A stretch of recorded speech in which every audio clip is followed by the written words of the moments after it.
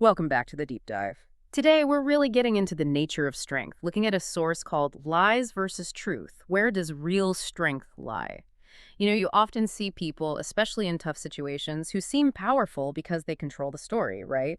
They shape the narrative. But this analysis suggests that might actually be, well, a sign of weakness. It all comes down to this core idea. Being a master of lies may seem powerful, but being a student of truth leads to genuine strength. Yeah, that quote really is the heart of it. And we're not just talking simple right versus wrong here. It's more about the mechanics of power, you could say. Our aim today is to break down deception versus reality and show you why that quick, flashy power you get from manipulation is, well, temporary. Okay. While the strength you build on what's real is the kind that actually lasts. It's about internal versus external control fundamentally. Right. Okay, let's start with the more tempting side, perhaps, the master of lies. What does the source say defines this type? It's got to be more than just telling fibs, right? Oh, absolutely. This isn't your everyday liar. The source paints a picture of someone highly skilled in manipulation. Mm. They don't just confuse things. They actively build and maintain alternative realities for people. They're like narrative engineers, Hmm. finding weaknesses in how people see things and, exploiting that, which makes them seem very effective, at least in the short run. And that's the appeal, isn't it? That Yeah. quick win. You bend reality a little, get the outcome you want, maybe in business or just controlling a situation. It looks like real power feels immediate. It does feel powerful, yeah. Yeah. You're setting the terms. The master of lies definitely gains that temporary control over people and events. But here's the crucial point the analysis makes.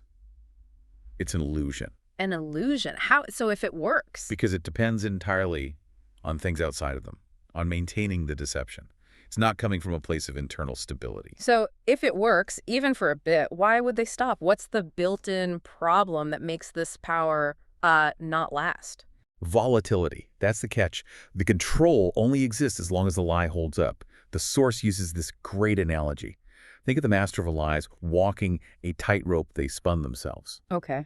If just one thread breaks, maybe some evidence pops up that contradicts their story, or they just forget a detail they told someone else, the whole thing starts to wobble. Yeah. Their power base just isn't stable. Which brings us to the kind of the psychological side of it. It makes you ask, doesn't it? What's the hidden price? For you listening, what's the unseen effort involved in constantly keeping that complex web of deception going? Well, the source points straight at exhaustion and instability, that analogy I mentioned. A life built on lies is like a house built on sand. Right. Unstable foundation. Exactly. Yeah. If your success or influence is built on anything but what's actually real, you're basically guaranteed to be dealing with constant shifting ground underneath you. Yeah, and just think about the mental energy alone. The student of truth, who we'll get to, just needs to keep track of one reality, the actual one. But the master of lies, they're juggling countless versions, tailored for different people, different situations. They're always on defense, constantly checking, reinforcing the narrative, remembering who they told what. It's a massive drain. That energy spent just on maintenance is huge. It's like a full-time job nobody sees. And think, that same mental bandwidth could be going towards actual growth or innovation or solving real problems. Instead, it's all tied up in propping up the fiction. And the analysis highlights the emotional costs, too. Basically, fear. Constant fear. If your whole game relies on keeping others in the dark, you're living with this gnawing anxiety about being found out. Precisely. Your power only exists as long as the secret's kept, which Okay. means fundamentally you're never actually strong. Because real strength needs to be reliable, resilient. Right. The power the master of lies has, the source calls it empty and fragile. Because it's all about managing other people's perceptions, not about mastering anything real within yourself or your situation. The focus is always outward, trying to control the environment, which is actually, paradoxically, the weaker position to be in. Okay, so that paints a clear picture of the fragility, the huge cost of that external control through lies. Let's flip the coin then. Let's talk about the other path, being a student of truth. Now, this sounds harder up front, doesn't it? What does that actually involve? It definitely is harder work initially, yeah. Because it demands a lot of self-awareness. Being a student of truth means committing to honesty, not just telling the truth to others, but being honest with yourself about reality. Facing things as they are. Exactly. Accepting things as they actually are, even the uncomfortable stuff, the hard truths about maybe your own limitations or a mistake you made or just a situation that isn't ideal. So it's about facing reality squarely instead of, hiding or denying. But what's the payoff? What's the immediate advantage of doing that, especially if reality feels, well, kind of painful right now? Efficiency Mm. and reliability, that's the big advantage. The truth, even a harsh truth, gives you a solid place to stand. It's an immovable foundation. Once you operate from what's real, all that mental energy the liar uses for defense, it's freed up. Ah, You're not wasting brain power trying to keep stories straight or worrying about exposure. that's a huge resource reallocation right there. Like Yeah, you said, the master of lies is spending, what, maybe 80% of their energy just defending the narrative? something like that, yeah.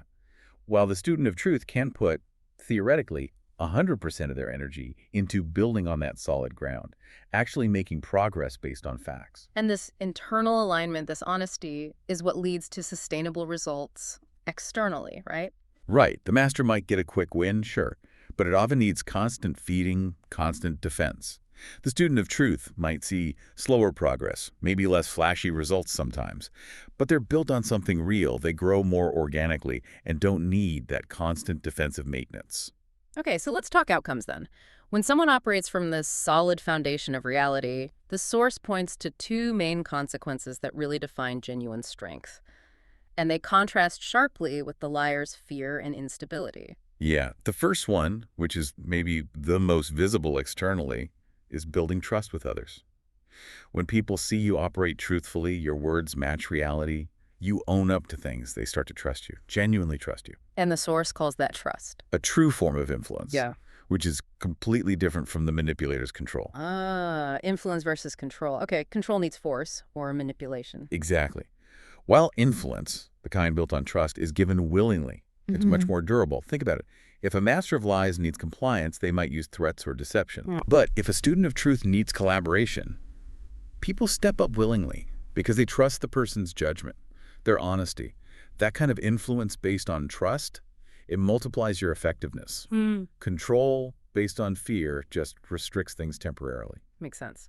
And the second outcome, you said it was more internal. Inner peace, simple as that. Ah, the opposite of that constant fear the liar lives with. Precisely.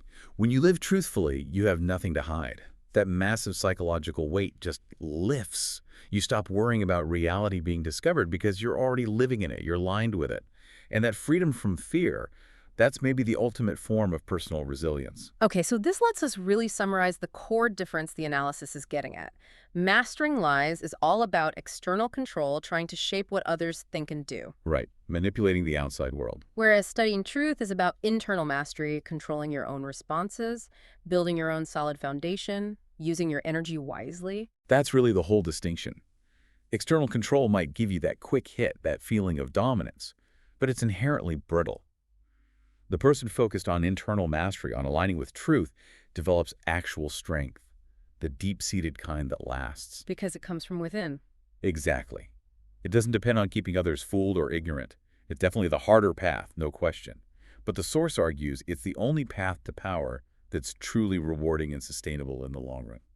So putting it all together from our deep dive into the source today, we've seen the path of the master of lies leads to this exhausting effort to maintain a fragile reality, resulting in control that's ultimately empty because it's entirely dependent on managing external perceptions. And we contrasted that with the student of truth, who takes on the tough work of self-awareness and facing reality head-on. This builds that rock-solid foundation, which naturally leads to genuine, resilient influence with others and, importantly, that deep inner peace. So the final call to action here seems pretty clear, doesn't it? It's essentially, don't get seduced by the quick, flashy power of deception. Don't mistake external control for real strength. Right. Commit instead to the harder work of seeking and living in truth, especially when it's uncomfortable. Yeah. Because that's the only foundation for building power that can actually weather storms and last. It's that choice, isn't it? Between power that looks good for a moment and strength that actually is good, that endures. Exactly. Temporary versus genuine. So if genuine strength really does come from accepting things as they are, I want to leave you with a final thought to maybe chew on. What uncomfortable truth may be about your work, your relationships, your own habits or capabilities are you perhaps spending significant energy trying to avoid right now? And just consider, how might finally facing and integrating that reality free up your own energy for building some real internal mastery? Something to think about. Thanks for joining us for this deep dive.